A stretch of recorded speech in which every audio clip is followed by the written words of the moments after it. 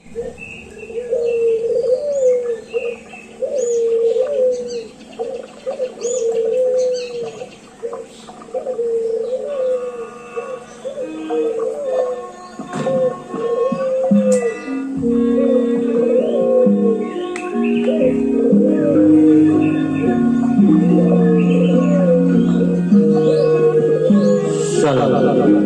Rahayu dan salam budaya bagi saudaraku pecinta budaya Nusantara. Mari kita simak dan nikmati kembali kelanjutan kisah legenda penangsang dalam Kidung Tahta Asmara karya Nasirun Purwokat.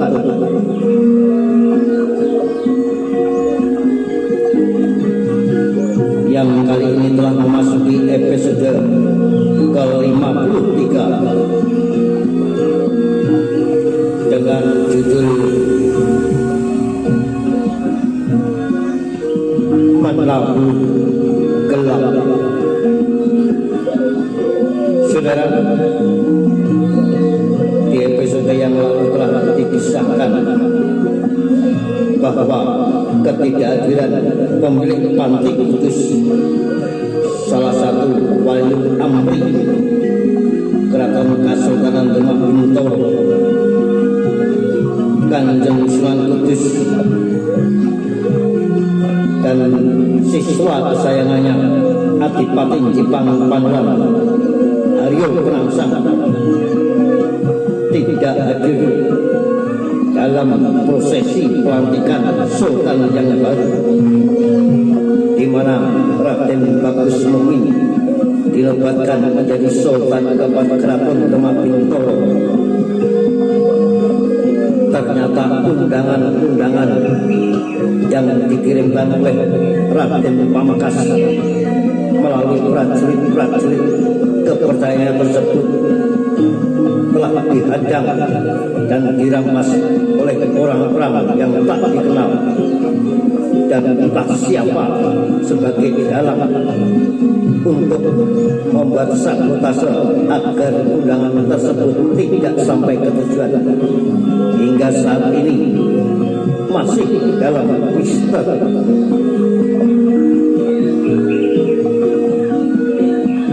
Dan kamu begitu juga bertanya kepada lelaki yang bertugas menyusul ke Jipang, seorang lelaki bertubuh tegap yang berbaju sut dan lurik hitam, dipandu ikat kelabu dengan jumbai kelembrahan. Di pinggangnya yang terbebat kain latar hitam terselip sebelah keris dengan cara dikawal, sebuah cara menyimpan senjata ketika dalam keadaan siaga. Ujung penduknya yang menunduk ke kiri dan batangan warangnya yang jatuh ke kanan membuatnya terlihat gagah dan meyakinkan. Pinjeh di sana, jawabnya tegas.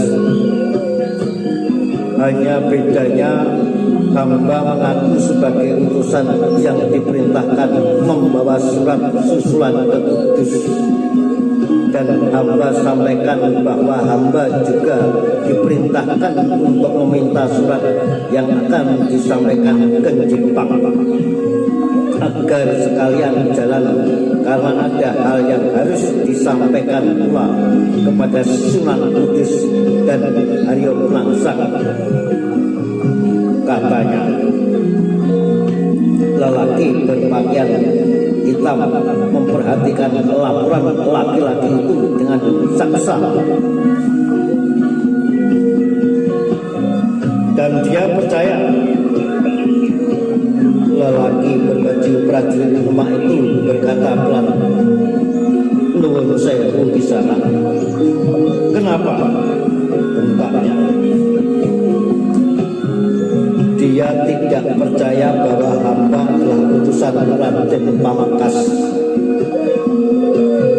Dengan tatapan tajam lelaki berbaju hitam itu memelototkan matanya. Lalu bagaimana kamu bisa mendapatkan undangan untuk ke Jepang ini? Bentaknya sambil menyodorkan gulungan surat yang tergenggam di tangan kanannya. Lelaki berbaju seragam prajurit Demak yang ditanya kembali mengangkat sembah. Bagaimana caranya surat ini bisa kamu ambil? Hah? Seorang lelaki yang berbaju hitam tadi mengulangi pertanyaannya dengan membentak orang yang di depannya.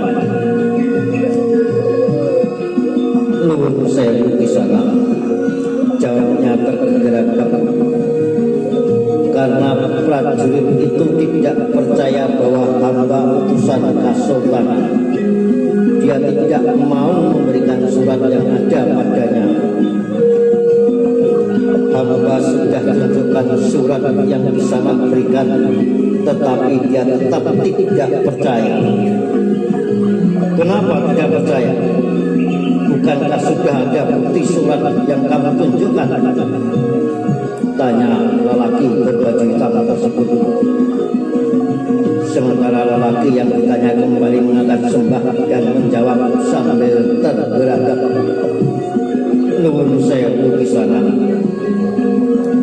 karena menurutnya selama ini dialah yang selalu mengantarkan surat ke Jepang, dan apabila ada surat susulan, dia juga yang akan diperintahkan oleh Raden Pamungkas untuk menyampaikannya. Karena teman dia masih kerabat jauh dengan Adipati Jepang Haryo Penangsa, maka dia tetap menolak meski hamba sudah sampaikan seluruh alasannya. Karena tetap tidak percaya, akhirnya dia meminta hamba untuk bersama-sama mengantarkan undangan itu ke Pajajaran. Lelaki berbaju hitam terus mendengarkan laporan yang disampaikan oleh lelaki berseragam prajurit Kasultanan itu.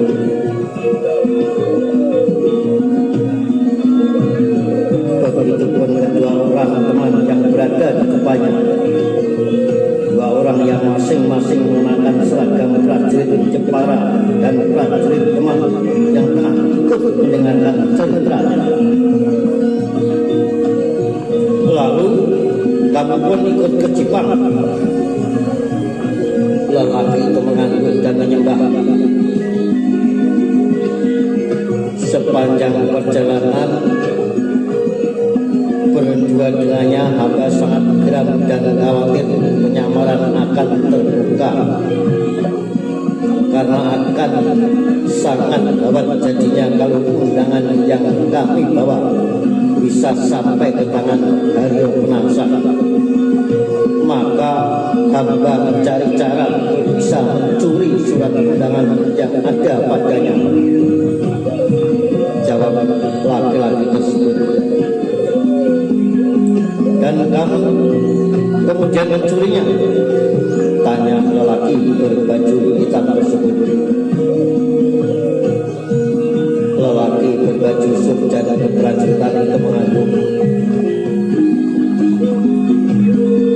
Betul di sana, akhirnya hamba mencurinya ketika kami berdua beristirahat selepas perbatasan Kaliusi.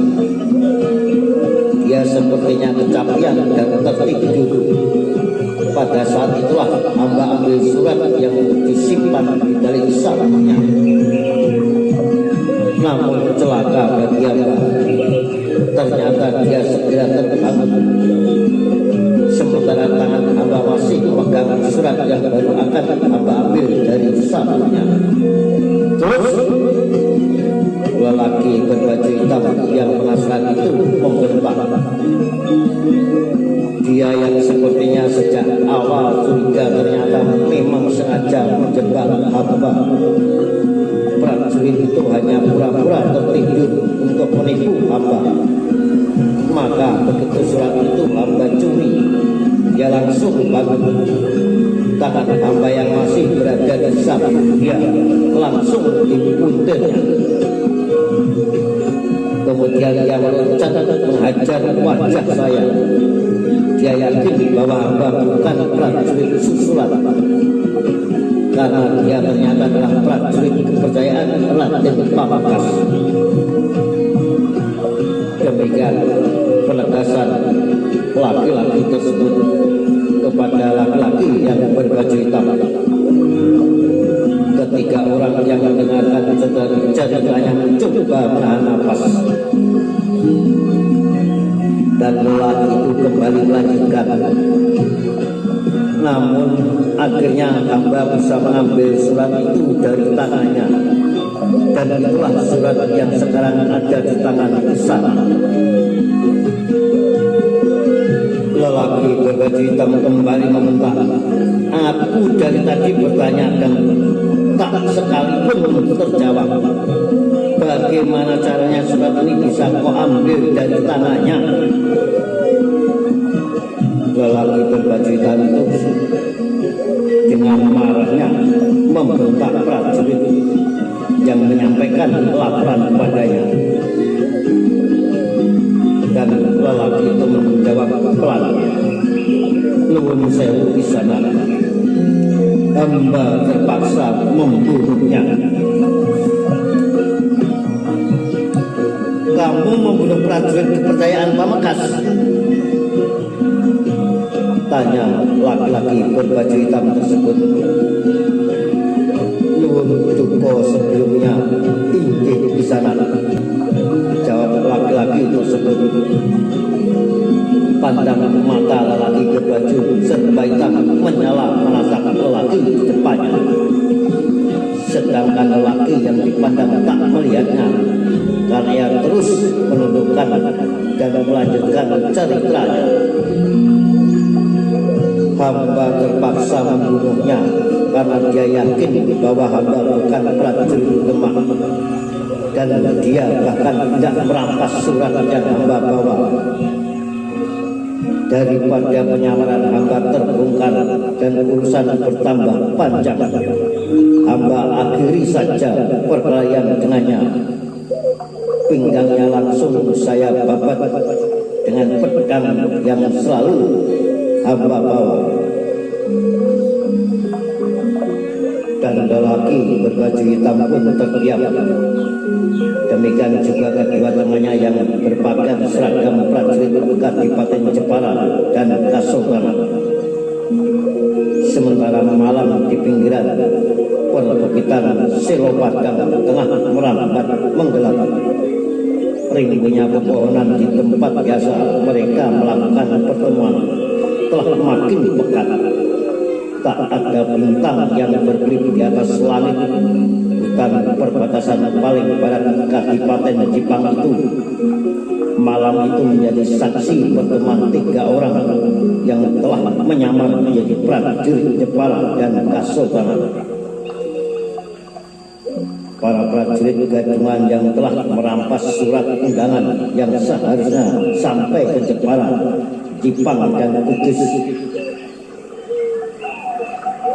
Hamba terpaksa melakukan itu daripada tugas mengambil surat undangan harus gagal hamba kerjakan, Kisana, tegas laki-laki tersebut kepada lelaki-laki yang berbaju serba hitam.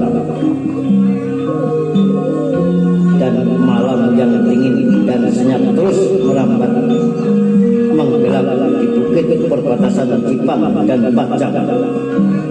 Hanya suara binatang malam yang mulai terdengar mengabarkan malam yang telah melarut menuju dini hari. "Ya sudah," ucap lelaki berbaju hitam sambil berdiri. "Yang penting undangan itu telah berhasil kita ambil, dan mereka yang diundang tak bisa datang dalam pelantikan." Ketika lelaki prajurit gadungan itu mengangguk bersamaan, "Dan seperti janji saya kemarin, kalian akan mendapatkan hadiah yang besar atas kerja keras yang telah kalian kerjakan." lelaki berbaju hitam dengan selempang hitam pada muka itu pun membuka bungkusan yang sejak tadi disandangnya. Dari dalamnya mengeluarkan 3 kantong hitam dan ia melemparkannya ke pangkat 3 orang yang berbaju prajurit di depannya. Kantong-kantong berisi uang kepeng sebagai bayaran untuk kerja mereka. Seorang di antara mereka membuka ikatan tali pada kantong hitam miliknya, dan dari dalamnya ia mengambil sekeping uang logam tebal berlubang, kemudian dipegang dengan jempol dan jari tangan. Ia melihat sekilas isi uang logam yang bergambar wayang gambar bulan dan Semar Lesmana, yang ketika dibalik pada sisi belakang sempat terbaca patah serat kalimat syahadat. Sambil memasukkan kembali keping uang logamnya itu, ia berpaling ke arah 2 temannya. Senyum ketika orang itu pun mengembang. Mereka puas dan bangga atas hasil kerja mereka. Kemudian dengan cepat kedua sahabatnya pun segera mengambil kantong-kantong uang mereka, lalu membelitkannya di bawah lipatan ikat pinggang masing-masing. Sekarang tugas telah selesai dan kalian boleh pulang, kata laki-laki yang berbaju hitam tersebut. Dan ketika orang itu menyembah, kemudian bangkit dari duduk bersila. Ketiganya berbarengan berpamitan, lalu berjalan menuju kudanya masing-masing. Dengan segera ketiganya melepas ikatan kuda mereka pada tambatan pohon kelapa di pinggiran perbukitan Selopadang.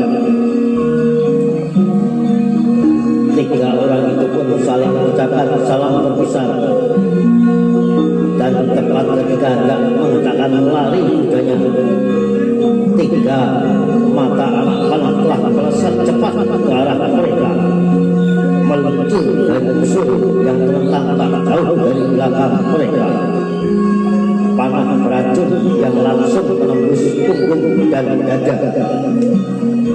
Kemudian tanpa sedikit pun rintihan ataupun lenguang, ketiganya ambruk berbarengan, menggelosor dari punggung kuda mereka dan jatuh di reruntuhan yang mulai dibasahi oleh embun malam. Dan malam pun terus menaburkan gelapnya, menebarkan rahasia.